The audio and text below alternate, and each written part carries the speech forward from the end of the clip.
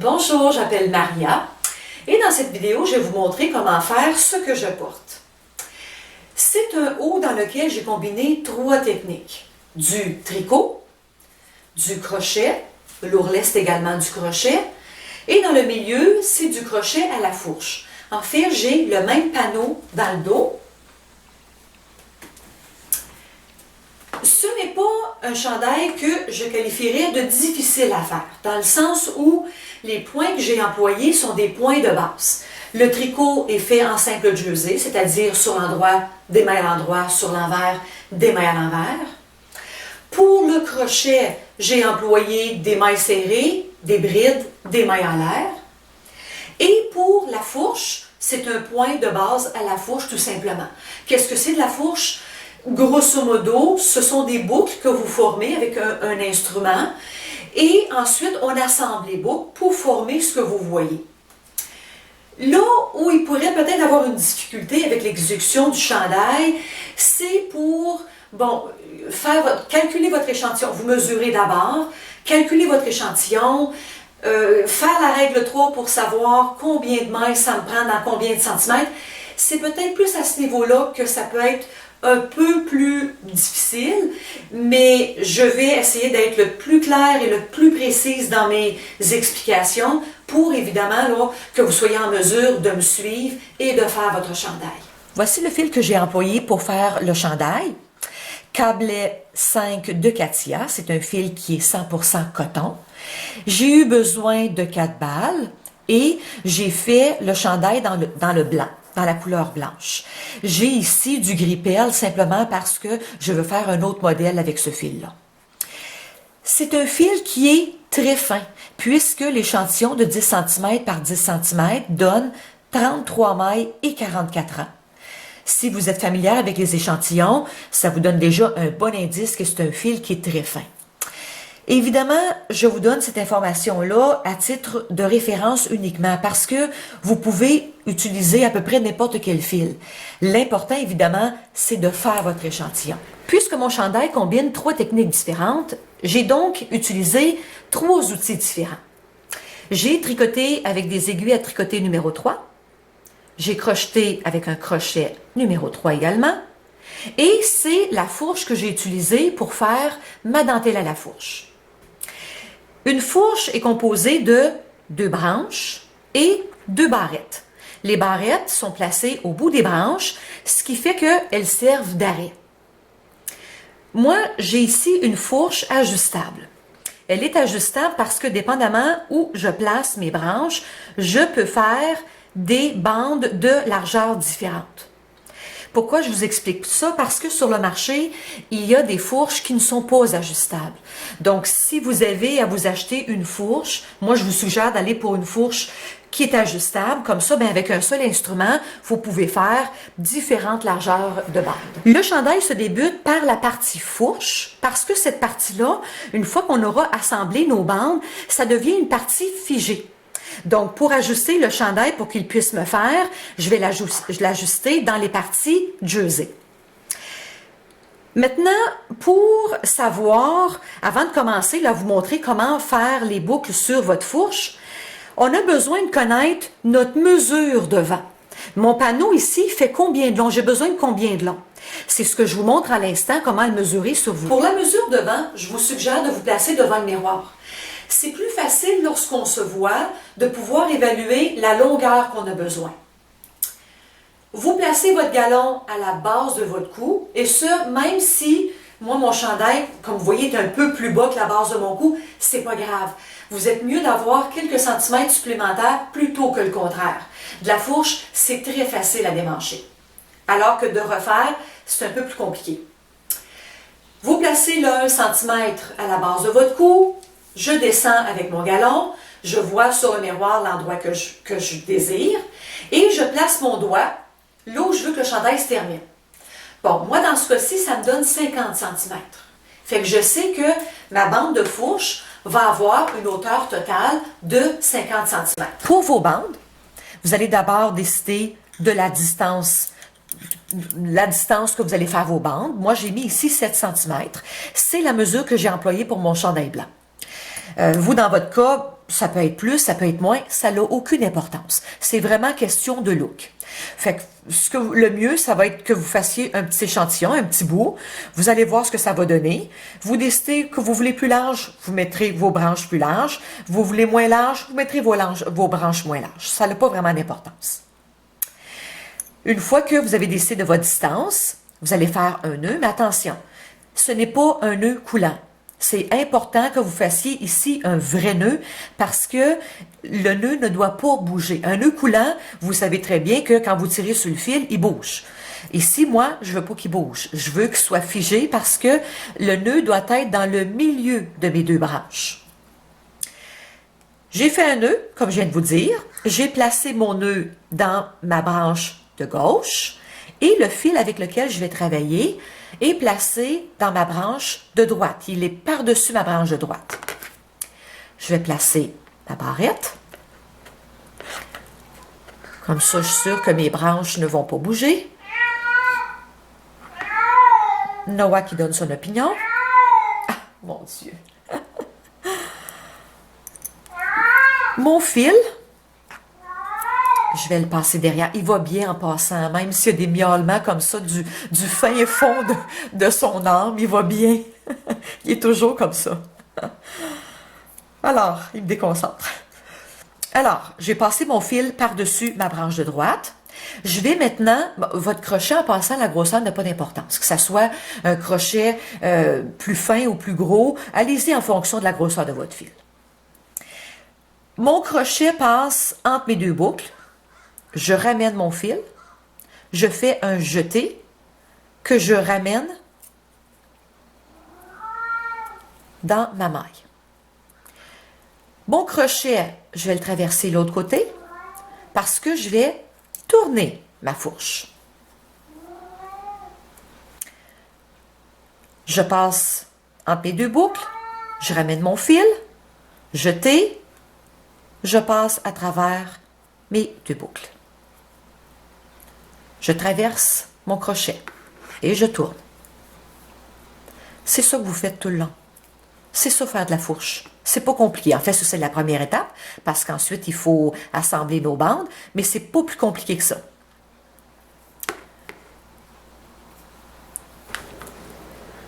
Maintenant, il faut enlever les boucles de notre fourche. Vous avez en fait deux façons de faire. Soit vous prenez un garde-maille et vous mettez vos boucles dans votre garde-maille.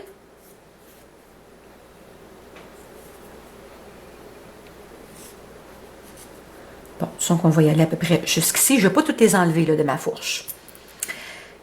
Et l'autre, je ne mettrai pas de garde-maille. C'est juste pour vous montrer les deux façons de faire. Et ne vous inquiétez pas, ça ne s'en mêle pas, à moins que vous ayez vraiment là un fil de mohair, mais sinon, les boucles ne s'en mêlent pas. J'enlève. Je remets ma barrette.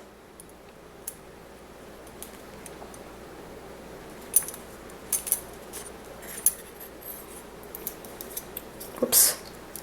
Je ne voulais pas laisser le garde-maille pris là-dedans, par exemple. Voilà.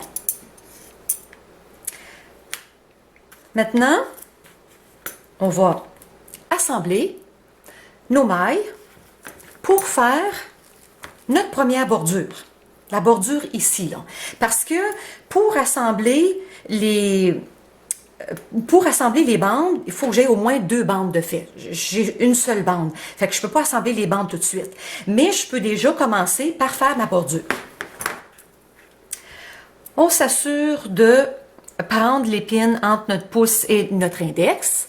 Et on vient travailler en piquant notre crochet de l'arrière vers le devant, toujours à la base de notre boucle vers le haut. Pourquoi? Pour éviter, parce que si je fais ça comme ça, je vais vous donner un bon exemple. Voyez-vous, parmi ces boucles-là, j'en ai qui sont tournées. Ben, c'est difficile de voir quand je les prends par le haut si elles sont tournées ou pas tournées. Et je ne veux pas avoir des boucles tournées. Je veux que les boucles soient belles. Alors, je pique d'en arrière vers le devant, toujours par la base. 1, 2, 3, 4. Attendez, avant même que j'aille plus loin ici, je vais vous expliquer quelque chose. C'est que pour faire la tresse, parce que ça ressemble un peu à une tresse, pour faire la tresse, j'ai fait, c'est des boucles que je passe, comment je pourrais expliquer? C'est des boucles qu'on passe sous d'autres boucles, vous allez voir dans 2 secondes. Puis c'est des groupes de boucles. Et ici, j'ai fait des groupes de 6. C'est 6 boucles, 6 boucles, 6 boucles, 6 boucles. Ce sont tous des groupes de 6 parce que c'est un fil, comme je vous ai déjà expliqué, qui est fin. Maintenant, ici, mon échantillon, c'est pas un fil qui est fin. C'est un fil, c'est un coton qui est beaucoup plus gros. Fait que, puis comme j'en ai pas beaucoup de fait, je n'ai pas long de fait, disons qu'on va aller pour 4 boucles. On va dire que c'est notre mesure. Bon, là, vous allez sûrement vous poser la question, OK, ben moi, je prends combien de boucles? Vous prenez les boucles pour que ça fasse l'effet que vous voulez. Là, je vais vous montrer ce que ça donne. Je vais en faire quelques-unes, vous allez voir ce que ça donne. Et ça va être vraiment à vous de voir l'effet que ça donne. Si vous prenez 4 boucles, si vous prenez 5 boucles, si vous en prenez 6. Bon, moi ici, comme je vous dis, on va y aller pour 4. J'en ai 4. Je vais les mettre de côté. Je vais aller en prendre 4 autres, toujours par la base. 3 et 4. Et là, les 4 dernières, je vais les passer par, c'est-à-dire en dessous des 4 premières. Voyez-vous, on vient de croiser nos boucles. Je poursuis. Un autre groupe de 4. Je m'assure de bien les tenir parce que je vais venir les passer en dessous. Encore. Toujours par la base et on remonte vers le haut. On s'assure ainsi que les boucles, voyez-vous, sont toujours dans le même sens et sont belles, ne sont pas tournées. Alors, mon groupe, je le passe sous le précédent et ainsi de suite. Là, je pense que vous avez déjà compris le principe. Voyez-vous, ça vous fait une petite tresse, comme ici. Comme ici, ça vous fait une tresse. C'est à partir d'ici que vous décidez, est-ce que 4 boucles, c'est trop? Est-ce que c'est pas suffisant? Est-ce que j'aimerais avoir... Ben, évidemment, il y a toujours son mot à dire, comme d'habitude. Voyez-vous, c'est vraiment en faisant un début comme ça que vous voyez si 4 c'est suffisant ou pas suffisant. Disons que je me rends compte, c'est pas suffisant. Moi, j'aimerais ça que ce soit plus fourni. C'est très simple à défaire. On démanche et on recommence.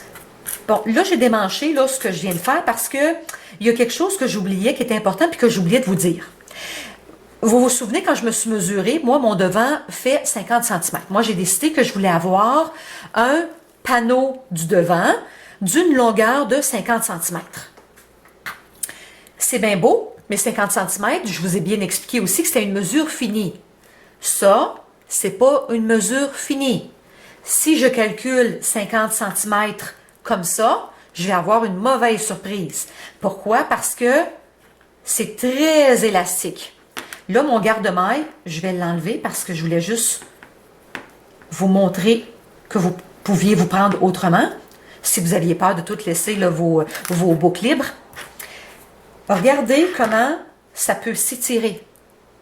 Fait que voyez-vous qu'un petit, je sais pas moi, 10 cm, on va prendre 10 cm, peut facilement devenir presque le double de centimètres. Fait que mon 50 cm que j'ai mesuré, qui était mon milieu devant, c'était la mesure de mon panneau. C'est important que je vienne faire ma petite bordure de tresse d'abord pour figer mon épine. Et quand mon épine sera figée, là, je vais pouvoir venir calculer, OK, dans 10 cm, j'ai combien de boucles? Ce qui veut dire que combien ça va m'en prendre pour 50 cm. Je vous montre ça dans une seconde. J'ai fait ici un petit bout d'échantillon pour qu'on puisse calculer, que je puisse vous montrer comment calculer le nombre de boucles que vous allez avoir besoin pour la mesure du devant que vous avez prise. Moi, j'ai fait des petits groupes là, de 3 mailles parce que de toute façon, je ne vais pas faire un vrai chandail. Je vais faire un mini chandail. Fait que j'ai des groupes de 3, pas 3 mailles, c'est-à-dire 3 boucles. Maintenant, dans 10 cm, j'ai combien de boucles? Je place mon galon à 10 cm et je peux très bien voir les groupes que j'ai. J'ai ici un groupe, 2 groupes, 3, 4 et 5 groupes. 5 fois 3 boucles égale 15 boucles. Maintenant, si dans 10 cm, j'ai 15 boucles, combien j'ai besoin de boucles pour 50 cm? C'est notre fameuse règle de 3. Moi, dans mon cas, j'ai calculé que j'avais besoin d'une hauteur totale de 50 cm. Je viens de faire le calcul avec vous. Je sais que dans 10 cm, j'ai 15 boucles. Alors, dans 50 cm, j'ai besoin de combien de boucles? C'est ma valeur X. Comment je calcule ma valeur X? 50 cm fois 15 boucles divisé par 10 cm me donne ma valeur X qui est dans ce cas-ci 75 boucles. Ça veut dire que ici sur votre morceau, vous allez calculer combien de mailles que vous avez. Vous allez poursuivre et faire le nombre de mailles que vous avez besoin, mais attention, 75, j'ai des réserves avec 75, parce que ce n'est pas une mesure qui est exacte, là, qui est précise au centimètre. J'aime autant mieux que vous ne preniez pas de chance, puis que vous rajoutiez, je vous dirais peut-être une quinzaine de boucles supplémentaires. Je préfère que vous démanchiez que le contraire, parce que quand le travail il est enlevé de la fourche, c'est difficile de reprendre et de refaire des boucles. Et encore plus, ça va couper votre fil. Alors que si j'ai des boucles en trop, quand même que mon travail est sorti de ma fourche, que mon fil est coupé, je n'ai qu'à tirer sur mon fil et ça se défait tout seul. Fait que c'est pour ça que je préfère que vous rajoutiez des boucles supplémentaires. Vos bandes sont maintenant prêtes à être assemblées, mais juste un petit détail, pour sécuriser ma dernière boucle de ma bordure, je l'ai tout simplement mise là, dans une épingle que j'ai épinglée après l'épine du milieu. Comme ça, je le sais qu'elle est sécuritaire jusqu'à ce que j'arrive à l'accrocher là, après le chandail de façon définitive, mais on n'est pas rendu là. Lorsque je place mes bandes pour m'apprêter à rassembler les boucles, je dois m'assurer que les deux sont dans le même sens. C'est-à-dire que ici, j'ai mes fils de départ et ici, j'ai mes fils de fin. Si pour une raison ou pour une autre, disons que j'ai tout assemblé mes deux bandes et pour une raison ou pour une autre, je veux réduire la longueur de ma bande. C'est facile de juste tirer sur mon fil, démancher les boucles que j'ai besoin, idem de ce côté-ci, et c'est tout. Ça va prendre 2 secondes. Alors que si j'ai une bande d'un bord, l'autre bande de l'autre, qu'est-ce qui va arriver? Si je veux défaire, ici, je vais pouvoir défaire quelques boucles, mais ici, le fil de départ, il est ce côté-ci. Qu'est-ce que ça veut dire? Ça veut dire qu'il va falloir que je démanche toutes les boucles pour venir défaire ici ce que j'ai besoin, défaire ici ce que j'ai besoin et recommencer. Fait que c'est pour ça que faites attention de placer vos bandes dans le même sens pour vous éviter là d'avoir à démancher le moins possible. Je suis prête maintenant à assembler mes deux bandes. C'est le même principe que ma bordure ici. Sauf que la seule différence, ici, je passais un groupe sous l'autre, bon, ainsi de suite. Tandis que lorsque j'ai deux bandes ensemble, on va venir travailler de façon alternative. Je prends un groupe ici, que j'accroche à un groupe de ce côté-ci, à un groupe sur celle-là, et ici, et ici, et ici, bon, ainsi de suite. Je vous montre à l'instant. On s'y prend de la même façon, c'est-à-dire qu'on pique de derrière vers le devant, et toujours de la base vers le haut pour m'assurer que j'ai aucune boucle qui est tordue. Moi, j'ai des groupes de 3. Alors, 1, 2, 3. Je viens chercher un groupe ce côté-ci. 1, 2 et 3. Et je passe un groupe sous l'autre. Comme le dernier groupe que j'ai travaillé était sur ce banc-ci, maintenant je dois revenir sur celle-là.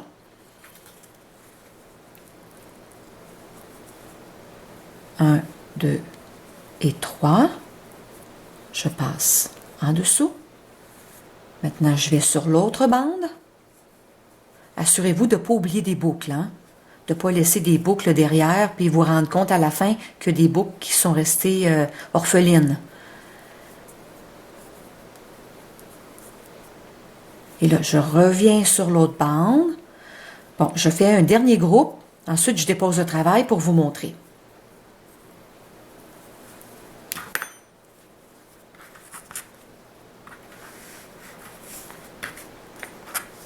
On voit déjà un résultat. Voyez-vous comment c'est joli? Vous continuez comme je viens de faire. Vous continuez tout le long de votre bande jusqu'à ce que vous arriviez en haut. J'en en ferai pas d'autres. Je vais juste assembler ces deux-là. Maintenant, ici, je vais faire ma bordure de la même façon que j'ai fait ici. Sauf que vous n'allez pas vous arrêter à 2 bandes. Vous allez probablement en faire 3 ou en faire 4.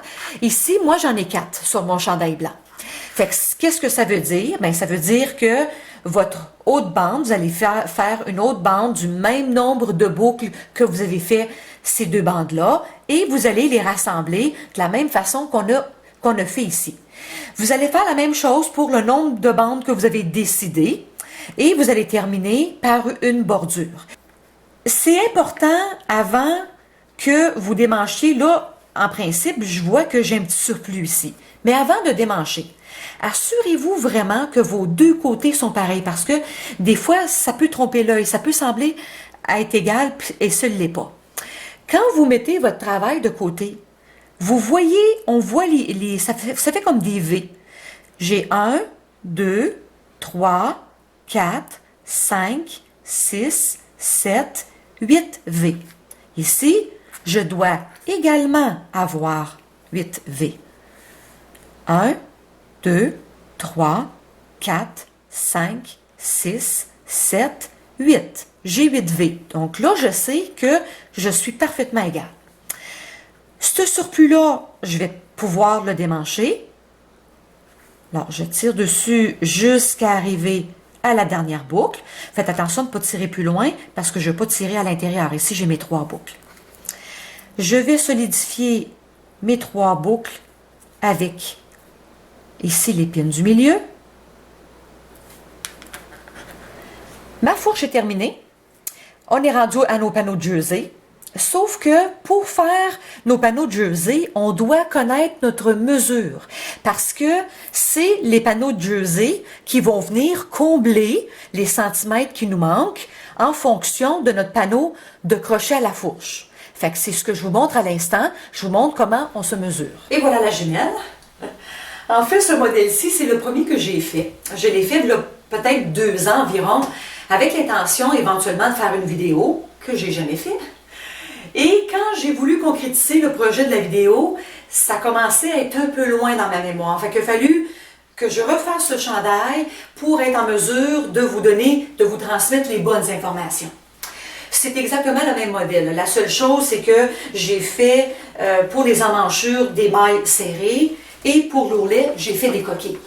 Quand je vais être rendu à vous montrer comment faire l'ourlet, je vais vous montrer les 2 façons de faire. Comme ça, vous pourrez choisir celle que vous préférez. Maintenant, comme c'est une pièce qui est parfaitement rectangulaire, je vais prendre seulement la mesure de la poitrine et des hanches. Et je vais conserver, évidemment, on va travailler avec la plus grande des 2 mesures. Pour la poitrine, on mesure en plaçant le galon au bout des seins. Et on s'assure évidemment qu'à l'arrière, c'est droit, qu'il n'y ait pas une courbe. Ça me donne, dans ce cas-ci, environ 94 cm. Et 94, c'est avec très peu d'aisance. C'est assez juste. Les anses, je vais vous en parler un peu plus tard. Pour la hanche, vous faites la même chose. Vous calculez la partie la plus forte de vos hanches. Un autre 94 cm. Ce mannequin est parfait, quoi! Le mannequin qui est parfait, hein? C'est pas moi, c'est le mannequin. Donc, moi, c'est pas compliqué, c'est la même mesure. Fait que je garde en tête 94 cm. Vous allez conserver la mesure de la poitrine si c'est celle-là qui est la plus forte ou la mesure des hanches si c'est celle-là qui est la plus forte parce qu'on va avoir besoin de cette mesure pour faire des calculs, la règle de 3 entre autres, pour pouvoir monter notre échantillon. Je vous explique ça dans les prochaines séquences. On s'apprête maintenant à faire notre échantillon. Notre échantillon, c'est la même chose que notre chandail. Ça veut dire que si dans cette partie-là, j'avais eu un point de fantaisie, j'aurais également fait mon échantillon en point de fantaisie, le même point de fantaisie. Mais comme c'est pas le cas, moi c'est un simple jersey, alors j'ai fait mon échantillon également en jersey. Un échantillon doit mesurer minimum 10 cm par 10 cm. Vous pouvez faire un petit peu plus si vous voulez. N'oubliez pas que c'est un morceau que vous allez défaire. Donc, ça ne vaut pas la peine de faire trop long.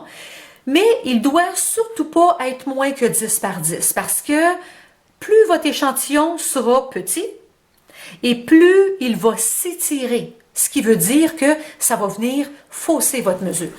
Pour mesurer votre échantillon, vous allez faire comme moi, vous placez 2 épingles droites à une distance de 10 cm chacune. Prenez-vous 2 autres épingles pour calculer, parce que là, on a besoin de connaître le nombre de mailles que j'ai dans 10 cm. Et le nombre de mailles, c'est évidemment les petits V. Les petits V, ce sont des mailles. Les épingles droites vont vous aider à diviser vos rangs de mailles. Ma première maille, c'est celle-ci, c'est où j'ai planté ma première épingle, et ma dernière, c'est où j'ai planté ma deuxième épingle. Alors, 1, 2, 3, 4, 5, et ainsi de suite. Voyez-vous qu'avec les épingles droites, ça va bien parce que ça divise vraiment vos rangs et vous pouvez mieux calculer. Fait que vous calculez jusqu'à ce que vous arriviez à votre dernière épingle. Moi, ici, je n'ai pas besoin du chiffre parce que de toute façon, je ne peux pas calculer mon échantillon dans sa forme brute. C'est quoi sa forme brute? C'est la forme avec laquelle je viens de finir de le tricoter, parce que je viens tout juste de le tricoter. Il n'est pas à sa pleine forme, à sa pleine, c'est ça, à sa pleine, je dirais, à sa pleine grandeur. Je dois d'abord le bloquer. Et le bloquer, qu'est-ce que ça veut dire?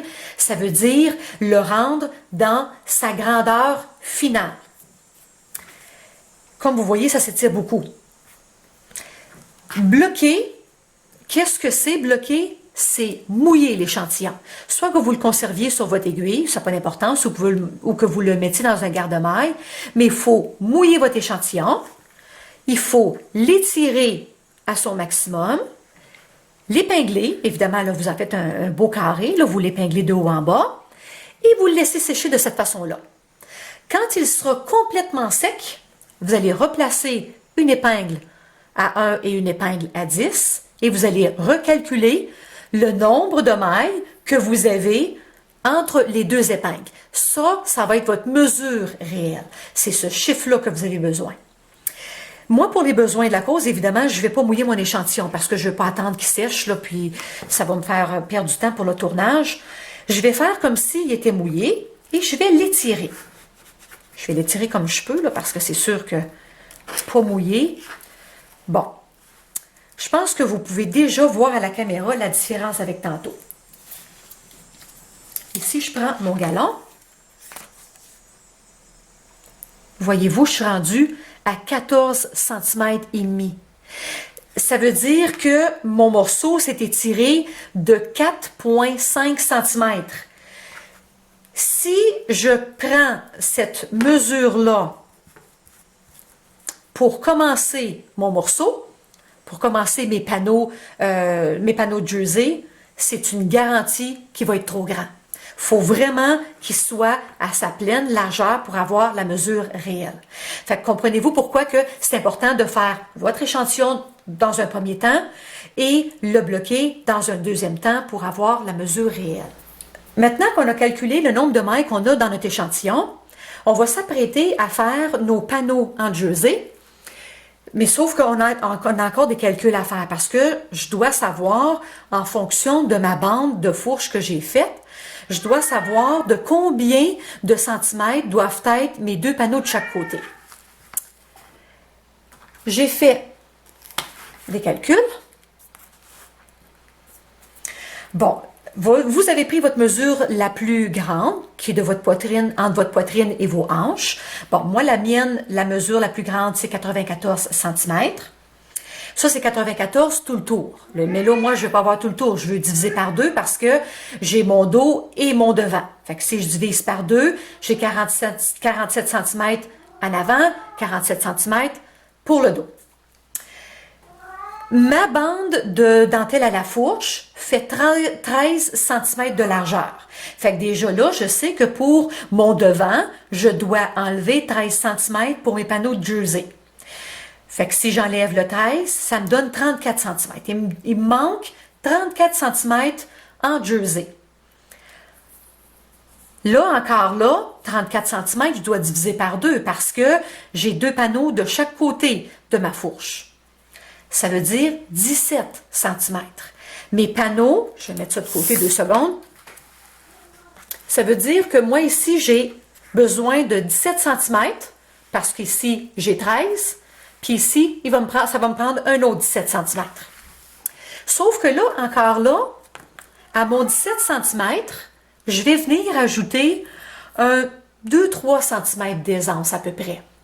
Juste pour vous assurer là, que votre chandail soit pas trop juste. Fait que c'est de l'aisance naturelle qui me donne 19 cm. Fait que là, moi, je sais que mes panneaux de jersey doivent être, et c'est idem pour le dos, là. Je sais pas qu'est-ce que vous avez décidé, si vous avez décidé de mettre une bande de fourche dans le dos ou juste d'aller pour complètement en jersey dans le dos. Si c'est complètement en jersey dans le dos, à ce moment-là, vous savez que c'est 47 cm plus votre aisance naturelle que vous devez faire pour le dos.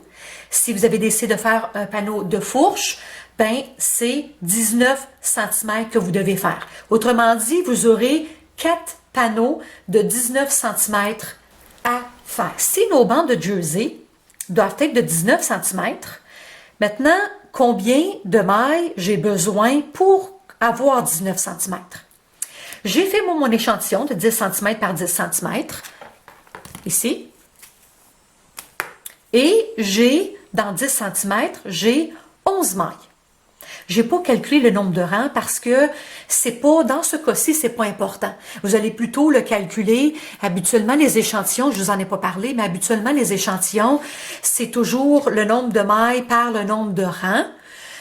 C'est important si on avait un design particulier là, dans notre morceau, mais nous, comme notre morceau, c'est vraiment un rectangle, c'est une bande de fourche avec 2 bandes de jersey de chaque côté, le nombre de rangs n'a pas vraiment d'importance. Fait que c'est pour ça ici que moi que j'ai pas mis le nombre de rangs et que je vous ai pas parlé de nombre de rangs du tout, parce que ça n'a pas d'importance. On va faire la hauteur qu'on a besoin. Alors, je reviens. J'ai 11 mailles dans 10 cm.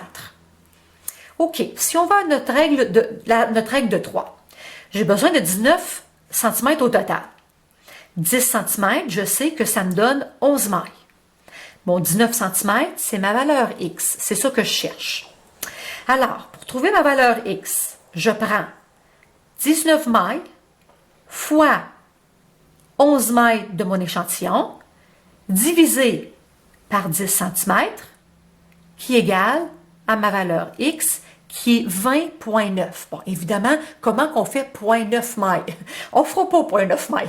On va tout simplement l'arrondir. Moi, je l'ai arrondi à 20.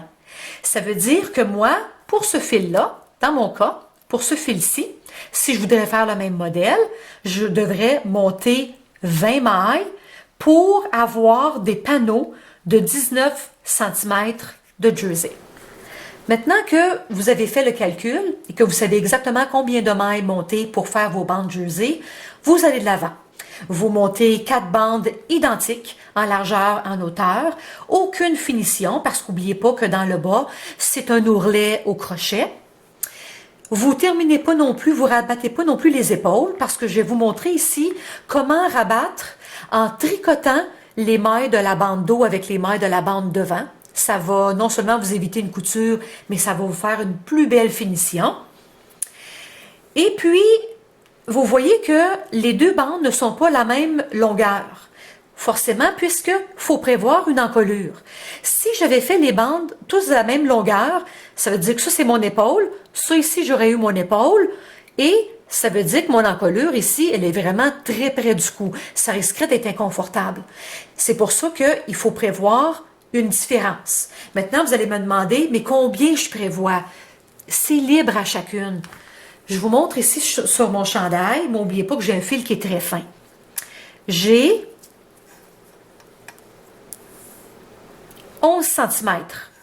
j'ai fait ma bande jersey 11 cm plus longue que ma bande de crochet à la fourche. Vous avez vu en début de vidéo que c'est un chandail qui est ni très décolleté et qui non plus n'est pas très près du cou. Maintenant, c'est sûr que ça sera à vous de décider. Vous voulez avoir, vous l'imaginez en étant plus près du cou. Ben, vos bandes jersey, faites-les, je sais pas, moi je dirais peut-être 5 cm. Laissez-moi voir. Voyez-vous, j'ai ici, moi, 4 cm. 4-5 cm, un peu plus long que la bande de fourche, ça va vous faire un chandail qui est très près du cou. Vous voulez avoir un décolleté qui est plus plongeant, à ce moment-là, on pourrait peut-être aller de cette façon-là. Ça fait une bande de 15 cm. Comprenez-vous un petit peu le principe? C'est vraiment en allongeant ou en raccourcissant vos bandes de jersey que vous faites un décolleté qui est plus ou moins plongeant. Avant de coudre la bande de fourche sur le jersey, il faut d'abord marquer l'encolure. Vous avez vu que sur mon chandail, c'était 11 cm. Peut-être que vous avez calculé un autre chiffre. Bien, vous calculez le nombre de centimètres, vous marquez. Vous faites la même chose pour votre autre bande, parce qu'il ne faudrait pas qu'il y ait une différence entre les deux. Et évidemment, c'est idem pour le dos. Maintenant, avant de coudre, je vais vous expliquer que on va coudre notre morceau de jersey sur l'envers de l'épine de ma fourche. Fait que je place l'envers de mon épine sur l'endroit de mon jersey. Je tourne. Je vais venir, bon, c'est du jersey, hein, vous allez voir, moi c'est un petit échantillon. Ça roule pas beaucoup, mais vous, ça va rouler énormément. Assurez-vous toujours de dérouler pour travailler toujours avec les bords de votre jersey. Alors, je place la marque de mon encolure sur le début de mon épine. J'épingle.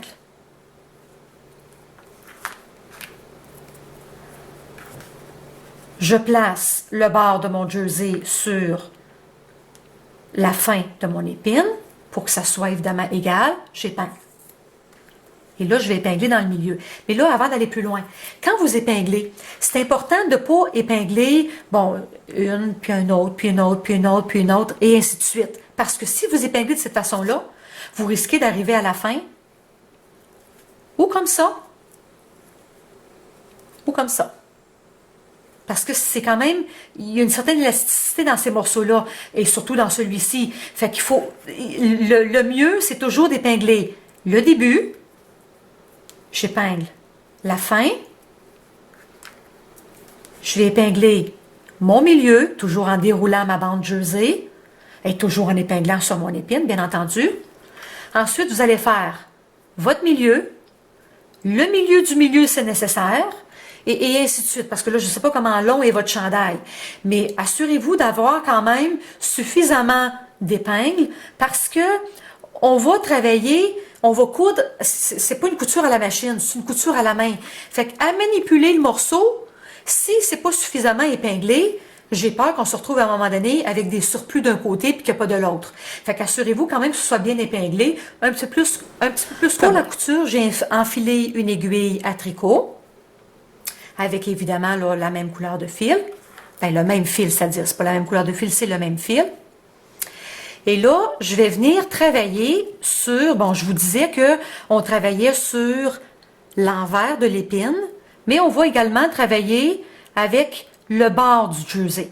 Toujours vous assurer de travailler avec le bord du jersey et non pas d'aller prendre, là je vais exagérer, là, mais aller prendre un point ici, là, ou un point ici. C'est toujours les bords de notre jersey. Je vais juste m'approcher, m'assurer que vous me voyez bien. Voilà, je pense que vous me voyez bien. J'enlève ici, mais je garde mes doigts bien en place pour que mes morceaux restent bien en place. Je me place sur le bord, c'est-à-dire j'enfile mon aiguille sur le bord de mon jersey et je viens accrocher une boucle à l'intérieur. Quelle boucle? Il n'y a pas quelle boucle, c'est pas important. C'est que vous prenez une boucle de votre épine à l'intérieur.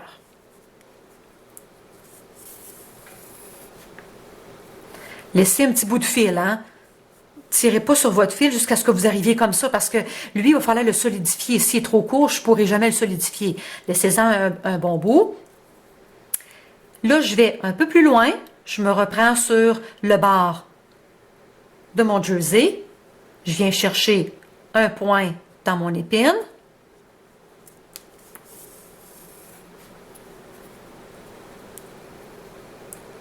Le bord de mon jersey, un point dans mon épine. Oh, je vais aller plus proche. Puis là, ça me fait penser à quelque chose. Laissez-moi faire ce point-là. Bon. Les points, la couture que vous allez faire ici, c'est une couture, dites-vous là que ça, c'est un morceau, c'est votre morceau devant. Fait qu'il faut que ça soit solide, il ne faut pas qu'il y ait de trous non plus. Fait qu'assurez-vous que lorsque vous faites vos points, ça ne soit pas des points qui soient trop espacés. Je vais me sauver du temps, je vais faire des grands points. Vous ne vous sauverez pas grand temps si avec le chandail sur le dos, on voit tout plein d'ouvertures. Faites des petits points. Je poursuis, j'en fais encore 2-3 là, pour m'assurer que vous me suivez bien. Alors, toujours, mon dernier point est ici. Donc, toujours sur le bord de mon jersey et un point de mon épine.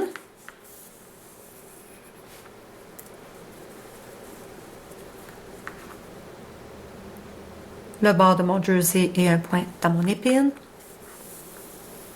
Bon, et ainsi de suite. Je pense que vous m'avez suivi.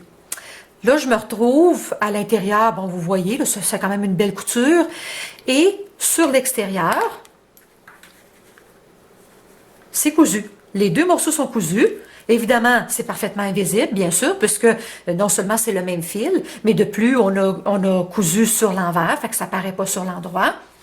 Vous allez faire la même chose jusqu'au bout. On va maintenant coudre la couture d'épaule. On va tricoter, c'est-à-dire la couture d'épaule. Les panneaux, c'est endroit contre endroit.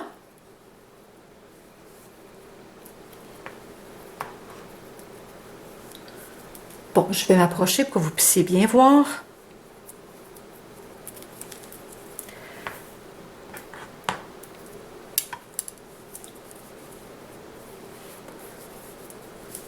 Alors, comment s'y prend-on?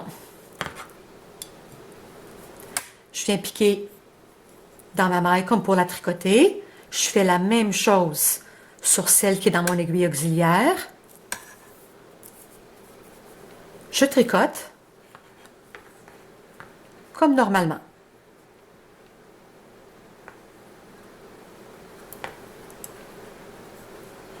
Je fais la même chose pour la suivante.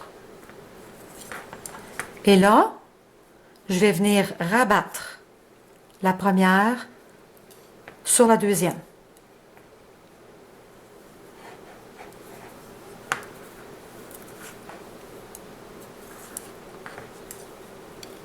Et je rabats. Fait que je tricote et je rabats. Je tricote et je rabats. C'est pas compliqué, c'est juste qu'il faut avoir comme plus que 10 doigts. Au début, là, on a besoin de plus que 10 doigts. Mais après ça, ça va bien. Voilà la couture d'épaule terminée. Comme vous voyez, là, ça donne un très beau résultat. C'est pour ça que j'aime bien cette technique-là. Et le résultat, il est aussi beau sur l'endroit que sur l'envers. Sur l'envers, c'est aussi esthétique. En plus, ça ne fait pas de grosses boursouflures. Votre ourlet au crochet se débute toujours par un rang de mailles serrées. Que vous fassiez des coquilles, que vous fassiez des rectangles en bride ou n'importe quel autre point que vous avez décidé d'employer pour faire votre ourlet, débutez toujours par un rang de mailles serrées parce que ça fait une plus jolie finition sur le bord de votre jersey. Bon, moi ici sur mon morceau, j'ai déjà commencé mon rang de mailles serrées. Les mailles serrées, c'est tout simple. Vous piquez, vous ramenez votre fil, jetez, vous passez à travers les deux boucles. Piquez, ramenez le fil, jetez, vous passez à travers les deux boucles. C'est pas plus compliqué. Faites ça tout le long jusqu'à ce que vous arriviez à votre fourche. J'arrive maintenant à ma bande de fourche. Je vais faire une dernière maille serrée sous ma boucle parce que sous la boucle, il y a un dernier espace à cet endroit-là. Je fais une dernière maille serrée. Je remets la boucle en place. Je vais venir piquer dans le milieu de ma boucle, c'est-à-dire, parce que dans le milieu de la boucle, qu'est-ce qu'il y a en dessous? C'est l'épine. Oups. Donc, je vais piquer dans mon épine.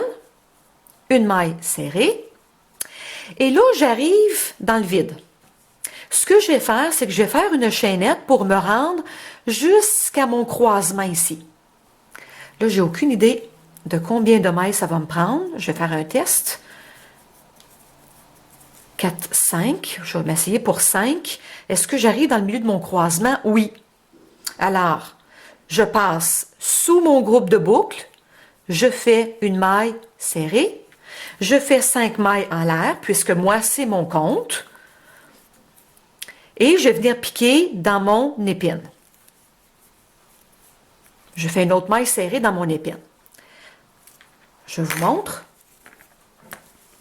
Voilà ce que ça donne. On poursuit. En fait, je vais vous montrer comment faire cette bordure-ci d'abord. Je vous montrerai comment faire les coquilles par la suite. J'ai tourné mon travail. Bon, évidemment, vous débutez pas dans votre partie fourche. Hein? Moi, c'est parce qu'il manque ici là, ma partie jersey. Vous êtes directement dans votre partie jersey. Alors, ça va être beaucoup plus facile là, parce que dans la partie fourche, c'est moins précis que dans ma partie jersey où je peux clairement voir mes mailles serrées. Bon, j'ai tourné mon travail. J'ai fait 2 mailles en l'air. Ces 2 mailles en l'air-là me servent de première bride. Une bride se fait en faisant un jeté, je pique, je ramène le fil, un jeté, je passe à travers 2 mailles, un jeté, 2 mailles. Un jeté, je pique, je ramène mon fil, je fais un jeté, je passe à travers 2 mailles, un jeté, à travers 2 mailles. J'en fais une dernière. Bon, j'ai ici mon premier groupe de 4 brides. Mes brides sont séparées par 3 mailles en l'air. 1, 2, 3. Je saute, moi ici, je sautais 2 mailles et j'allais piquer dans ma 3e maille. Sauf que là, ici, je vais juste bien espacer, là, mon rectangle.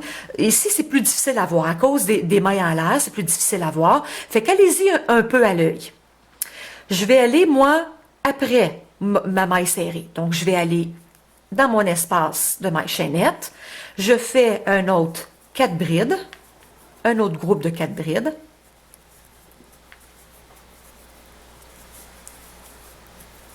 Trois mailles en l'air.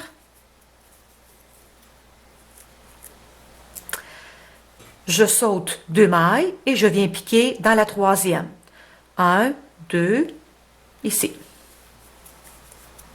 Bon, comme je suis rendue dans ma partie jersey, c'est beaucoup plus facile de piquer aux bons endroits à cause de mon rang de mailles serrées. Est-ce que j'ai mes 4 brides? Non, je vais en faire une dernière. Mais de toute façon, vous avez compris le principe. Là, quand même que je poursuis, là, vous avez compris le principe. Comme vous voyez, moi, j'ai déjà fait mon rang suivant. J'ai même commencé, là, ici, mon rang de finition. Fait que faites le nombre de rangs que vous voulez. Quand vous aurez fait le nombre de rangs désirés, vous allez terminer par un rang de mailles serrées. Je vous montre maintenant comment faire votre bordure en coquille. Le premier rang, c'est la même chose que la bordure précédente. J'ai déjà préparé mon rang suivant parce qu'il est archi simple. En fait, vous allez toutes faire des chaînettes. C'est 5 mailles en l'air, vous sautez 4 mailles. Dans la 5e, vous faites une maille serrée. 5 mailles en l'air, vous sautez 4 mailles. Dans la 5e, une maille serrée. Et vous faites ça tout le long de votre travail parce qu'on s'apprête à ajouter les coquilles au rang suivant. J'ai déjà fait 2 coquilles, comme vous pouvez voir. Je vais évidemment vous expliquer comment faire, mais c'est assez simple. J'ai débuté par, bon évidemment j'ai tourné mon travail, j'ai fait une maille en l'air pour pouvoir donner la hauteur à mon premier rang. J'ai fait une demi-bride, une bride, une double bride, une bride, une demi-bride et dans ma maille serrée, j'ai fait une maille serrée. Et là j'ai repris une demi-bride, une bride, double bride, demi-bride, double bride, bride, demi-bride, une maille serrée. Et là, je vais poursuivre. Je vais poursuivre en vous expliquant les points qu'on n'a pas vus encore. Bon, la demi-bride, on ne l'a pas vu. Une demi-bride, c'est un jeté, je pique, je ramène mon fil, un jeté, je passe à travers toutes mes boucles. Ensuite, je fais une bride qui est un peu plus longue qu'une demi-bride. Je ne vous explique pas celle-ci puisqu'on l'a déjà fait.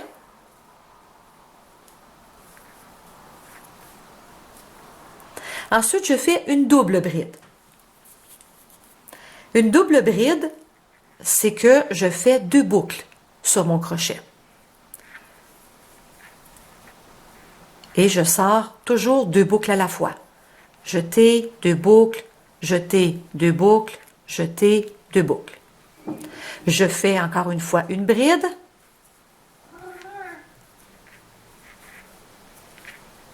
Une demi-bride. Un jeté, je ramène, un jeté, je passe à travers mes 3 boucles. Et dans ma maille serrée, je fais une maille serrée. Bon, mon rang est pratiquement terminé, mais je vous explique évidemment comment le faire. Quand j'ai terminé ici ma dernière coquille, j'ai tourné mon travail, j'ai fait 5 mailles en l'air. Dans ma double bride, j'ai fait une maille serrée, 5 mailles en l'air. Double bride, j'ai fait une maille serrée, 5 mailles en l'air, et ainsi de suite. Maintenant, j'ai une petite explication à vous donner, c'est pour ça que je ne l'ai pas terminé. Ici, je ne vais pas faire, bon, évidemment, j'ai mes 5 mailles en l'air, ma maille serrée, mais là, je ne vais pas faire 5 mailles en l'air, parce que si je fais ça, mon travail, au lieu d'être droit, il va se retrouver à pencher. Je vais uniquement faire 2 mailles en l'air. Pourquoi 2 mailles en l'air? Parce que il me reste, si j'ai fait ma maille serrée dans ma double bride, ça veut dire qu'il me reste une bride et une demi-bride. Une bride, une demi-bride. Chacun de mes 2 points de ma coquille ont une maille en l'air. Maintenant, dans ma coquille, il me reste ici une dernière maille en l'air dans laquelle je vais faire une bride. Je vous rappelle que quand j'ai fait ici ma première coquille, j'ai débuté mon rang par une maille en l'air pour donner la hauteur à mon rang. Et ensuite, j'ai commencé ma coquille en faisant une demi-bride, une double bride, ainsi de suite. C'est pour ça que je vous dis que ma bride va aller dans ma dernière maille, la dernière maille que vous avez, qui est votre maille en l'air. Ce qui fait que si je dépose le travail, ça ressemble à ça. J'ai fait mon 2e rang de coquilles. C'est exactement les mêmes coquilles que j'ai fait précédemment. Seulement qu'à chaque bout, j'ai dû faire des demi-coquilles parce que j'avais quand même un espace à chaque bout. Fait qu'il fallait combler l'espace, il fallait continuer le pattern et il fallait que mon morceau reste droit. Ça veut dire que j'ai ici 3 mailles et ici 3 mailles. J'ai fait le rang suivant.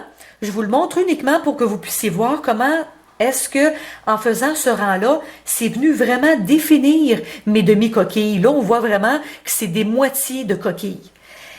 C'est le même rang qu'au départ, c'est-à-dire 5 mailles en l'air, une maille serrée dans ma double bride, maille serrée dans ma double bride, 5 mailles en l'air. Bon, c'est la même chose, il n'y a rien de différent. Et ici, ma dernière maille a été piquée dans ma double bride du rang précédent.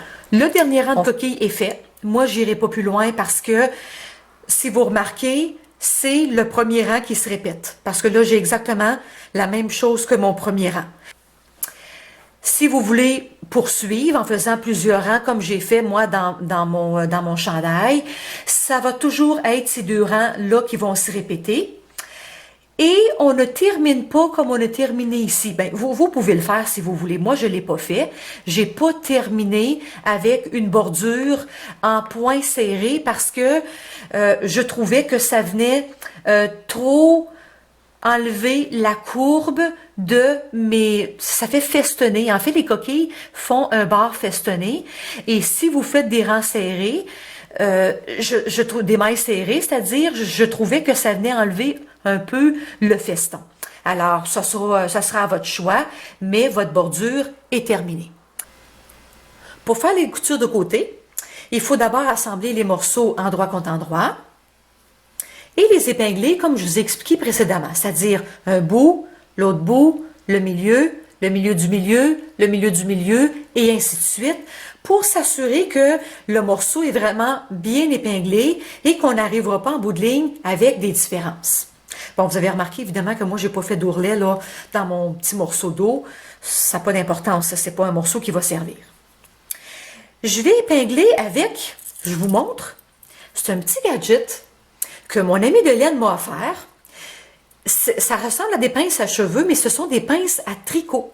Et ça sert à tenir des morceaux ensemble. Ça va très bien. Alors, je place ici mes morceaux bien ensemble. Je vais mettre mes pinces. Ça tient bien, hein? Ça tient mieux que ces épingles-là en passant. Je vais venir épingler mon autre bout. Bien, évidemment.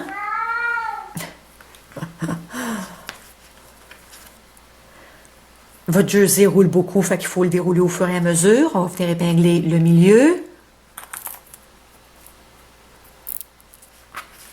Ensuite, le milieu du milieu, bon, et ainsi de suite. Moi, je ne vais pas plus loin. Ça, c'est suffisant ici pour mon petit morceau. Avant de vous montrer comment coudre les coutures de chaque côté, c'est d'abord important que l'on sache combien de centimètres on a besoin pour les emmanchures. Ce qui est le plus simple, c'est que vous preniez un chandail que vous avez déjà à la maison et que vous calculiez l'emmanchure. Moi, j'ai ici, grosso modo, 20 cm. Vous n'avez pas besoin, lorsque vous prenez cette mesure-là, d'être tout à fait précise parce que je vais vous montrer comment c'est facile sur l'échantillon de changer la hauteur de l'emmanchure. Maintenant que vous avez la bonne mesure, évidemment, il faut la transposer sur le chandail. Donc, vous marquez votre emmanchure d'un côté, vous faites la même chose de l'autre. Lorsque le chandail sera cousu des deux côtés, vous allez pouvoir l'essayer. Vérifiez si l'emmanchure est au bon endroit. Comme je vais vous faire coudre votre chandail à partir du bas, vous allez commencer par ici jusqu'à votre marque. À votre marque, vous allez tout simplement enlever votre aiguille, laisser votre grand bout de fil. Si vous vous rendez compte à l'essayage que l'emmanchure est trop basse, vous allez tout simplement faire quelques points supplémentaires. Vous allez rapetisser votre emmanchure. Vous vous rendez compte qu'au contraire, elle est trop haute, vous allez démancher quelques points pour pouvoir la rendre plus basse. On va maintenant faire notre couture. J'ai évidemment enfilé mon aiguille à laine et je vais partir, comme je vous expliquais, du bas vers ma marque d'emmanchure. Vous travaillez toujours sur les bords de votre morceau et non pas sur des points à l'intérieur. Donc, toujours sur les bords. Je suis sur le bord et je sors sur le bord de l'autre. De cette façon-là. C'est un échantillon, fait que moi, j'ai pas besoin de laisser un très grand bout de fil, mais quand c'est votre, vous, c'est pas votre échantillon. Laissez-vous un bout de fil quand même, je dirais peut-être un 15 cm, parce que vous allez avoir à le sécuriser à la fin. Fait que c'est toujours préférable d'en avoir un peu plus, parce que c'est plus facile aussi de sécuriser un fil qui est plus long que de sécuriser un petit bout de fil. Là j'ai sorti ici, vous faites pas de grands points, hein, toujours de petits points. Ici, ça serait le point suivant, mais là je vais sortir un point plus loin, toujours sur le bord de mes deux morceaux.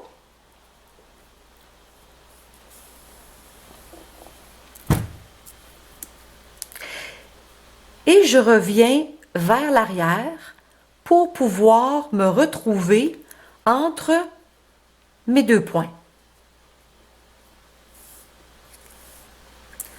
Je vais en faire quelques-uns pour m'assurer que c'est clair. Bon, normalement, le point suivant, c'est ici. Moi, je vais aller un point plus loin.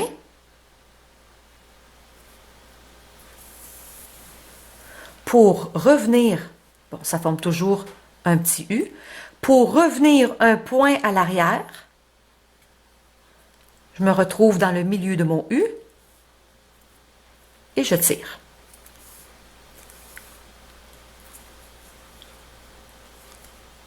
Fiez-vous toujours au brin qui est sorti pour savoir à peu près, bon, le prochain point, ça serait ici, je vais aller un point plus loin.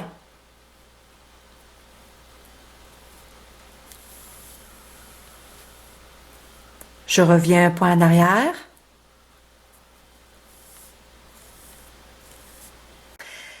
Vous cousez évidemment jusqu'à votre marque. Ici, comme je vous ai expliqué, vous allez juste laisser votre grand bout de fil au cas où vous n'ayez besoin. Vous allez faire la même chose l'autre côté. Vous allez coudre du bas jusqu'à votre marque et vous allez laisser le grand bout de fil. Ma couture de côté est terminée. Voyez-vous comment ça fait une belle couture? C'est pratiquement invisible. On commence la manchure comme on a commencé l'ourlet, c'est-à-dire par un rang de mailles serrées. On fait d'abord notre rang de mailles serrées et ensuite on fait le point de fantaisie qu'on a décidé. Le chandail moutarde, j'ai tout simplement décidé de faire 2 simples rangs de mailles serrées. J'ai débuté mon rang de mailles serrées. Maintenant, je ne l'ai pas terminé parce que je voulais quand même vous montrer où je piquais. C'est comme ma couture de côté, c'est-à-dire que c'est toujours sur les bords de mon panneau que je pique.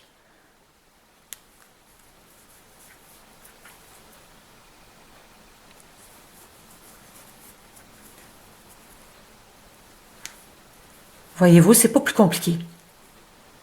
Et vous vous rendez jusqu'en dessous du bras où vous avez commencé.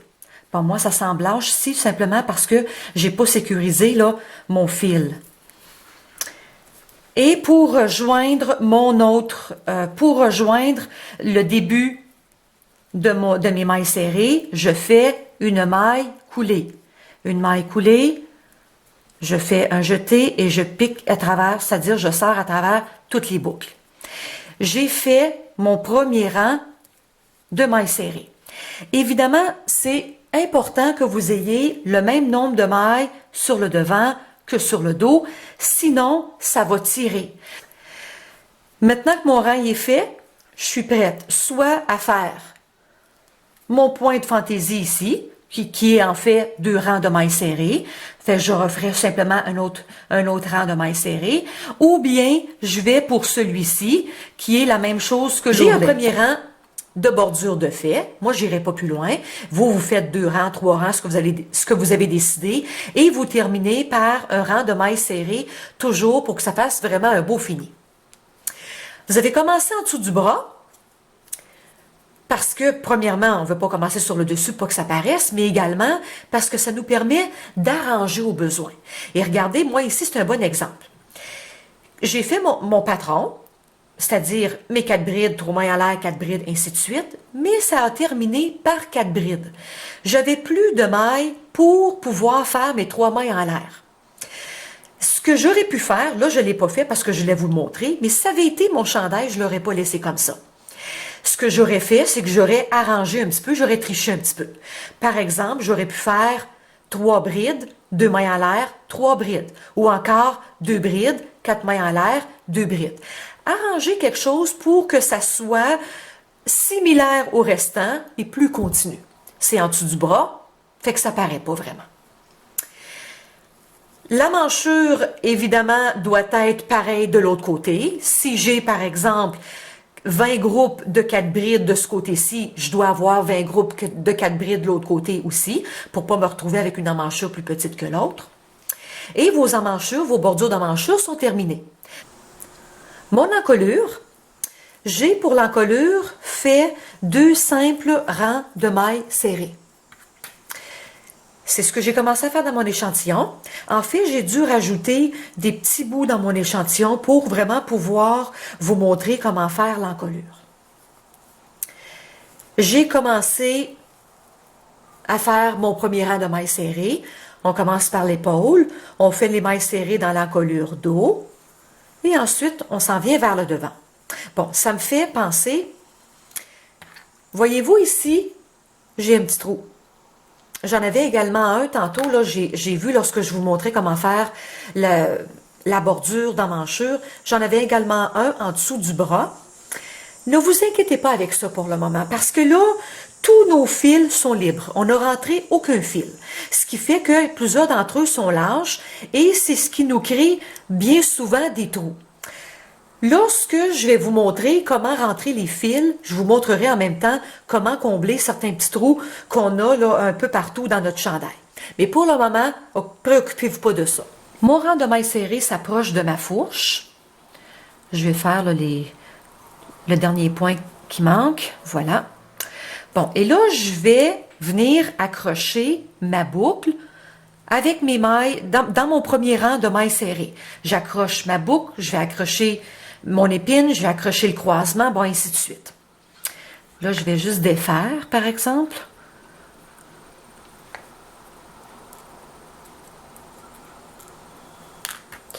OK. Je prends toutes mes boucles. Je m'assure de prendre toutes les boucles de mon groupe pour ne pas en laisser tomber une. Je fais une maille serrée. Je vais venir faire une maille serrée avant de faire mon épine. Je fais une maille serrée dans mon épine. Là, pour me rendre à mon croisement, en fait ici, là, je fais la même chose. Je fais la même chose pour le haut de ma fourche que j'ai fait pour mon ourlet. Je vais faire une chaînette de 5 mailles en l'air. Je vais faire une maille serrée dans mon croisement, 5 mailles en l'air. Je vais prendre ma boucle comme je viens de prendre la boucle ici sur le bord. Et ensuite, je poursuis avec mon rang de mailles serrées. Et voilà, le haut de ma fourche est sécurisé. Maintenant, je vais terminer mon rang de mailles serrées. Je vais en faire un second et je coupe mon fil. Bon, on est rendu maintenant à rentrer nos fils. J'ai enfilé un des fils que j'avais libre. Je l'ai enfilé dans mon aiguille à laine. Et c'est pas très sorcier rentrer des fils parce que, en fait, on les rentre où on peut. Vous serrez pas trop, évidemment, parce qu'il ne faut pas que ça tire. Vous vous assurez également de toujours rester sur l'envers. Il ne faut pas aller sur l'endroit. Et là, vous rentrez d'un côté, de l'autre.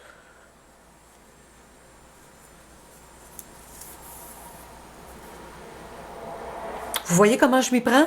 C'est pas plus compliqué que ça. Je vais vous donner une petite explication avant d'aller plus loin. Moi, j'ai ici un fil de coton.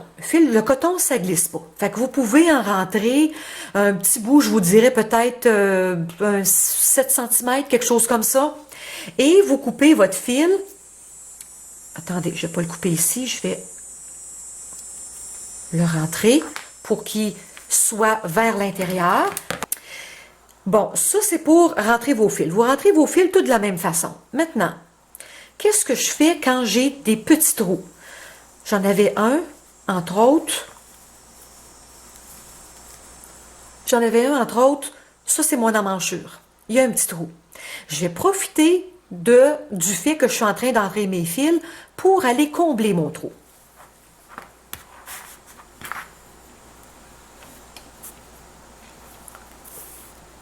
J'enfile toujours ma même aiguille à laine. Et là, soyez juste délicate quand vous faites cette opération-là pour ne pas trop tirer sur vos fils. Moi, je vais m'essayer avec celui-ci, par exemple, que je vais venir accrocher à celui-ci. Je ne tire pas trop. Je vais aller voir sur l'endroit ce que ça dit. Voyez-vous, j'ai comblé mon trou. Mon trou a été comblé. Alors, je tire pas trop. Quand vous comblez des trous, là, tirez pas trop. Là, tout ce que je fais, c'est que je viens faufiler mon fil dans ma couture, comme j'ai fait précédemment. Moi, je ne vais pas plus loin parce que je pense que vous avez compris. Je vais faire un dernier point, mais je pense que vous avez compris. Je coupe mon fil jamais trop par ras. Voilà. Et vous faites évidemment la même chose pour tous les fils qui traînent à l'intérieur de votre chandail. Une fois tous vos fils rentrés, votre chandail est terminé. On se donne maintenant rendez-vous pour une prochaine création. Au revoir.